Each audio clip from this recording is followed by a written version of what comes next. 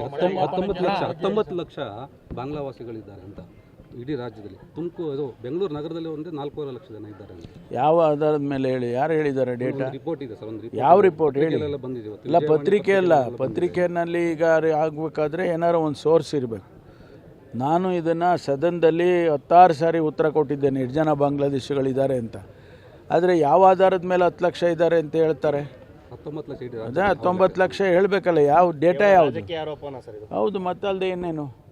ಈಗ SIRನಲ್ಲಿ ನಿಮ್ಗೆ ಗೊತ್ತಾಗುತ್ತೆ ಯಾವ ಪಕ್ಷಾತೀತವಾಗಿ SIR ಯಾರು ಮಾಡೋದು.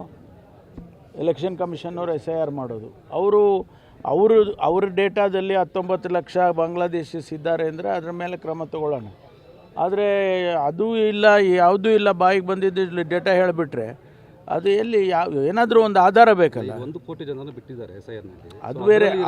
ಅದರಲ್ಲಿ ನೋಡಿ, ಅದರಲ್ಲಿ ಅವರು ಸತ್ತಿರೋರು, ಆಮೇಲೆ 2-3 ಕಡೆ ಅವರ ಹೆಸರುಗಳಿರುತ್ತೆ ಅಂಥವರು, ಆಮೇಲೆ ಊರುಗಳು ಬಿಟ್ಟು ಹೋಗಿರ್ತಾರೆ ಅಂಥವರು, ಈ ರೀತಿ ಜನ ಹೊರಗಿನಿಂದ ಬಂದಿದ್ದು ಅವರು 10 ವರ್ಷ ಆದರೂ ಮಿನಿಮಮ್ ಇರಬೇಕು. ಇಲ್ಲದೇ ಇರೋರು, ಈ ಥರದ್ದೆಲ್ಲ ಸೇರಿ ಅವರು 1 ಕೋಟಿ ಅಂತ ಹೇಳಿದ್ದಾರೆ.